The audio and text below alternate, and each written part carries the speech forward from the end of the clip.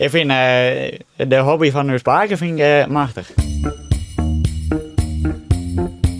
We waren jarenlang met een kerstreis in Berlijn. En daar staan die dingen echt, nou die ben daar heel duur in Duitsland. En ik zei, ach wat zal dan wel eens meidje. En toen ben ik ermee begonnen, toen had ik in je maken. En toen zei de band, wat is dat mooi, maar hij ik wel voor u meidje. Ja, ik zei, weet je hoeveel tijd dat erin zit? Je zet ongeveer 40 uur werk in. Toen had ik voor alle band al maar in je maken. Het is echt kunst wat ik maak. En ik vind zelf vind ik het hartstikke mooi hoe er het in elkaar maakt. Koffietijd en ik een keer rennen. Nou, dan om een orenwalven, dan had ik een mandarijntje. Goed tol voor. Dan eten we. Ja. Nou, daarna eten even de eitjes dicht. Nou, dan tot een uur of 3, half jaar zit ik even even. Nou, dan koffie drinken we weer wat.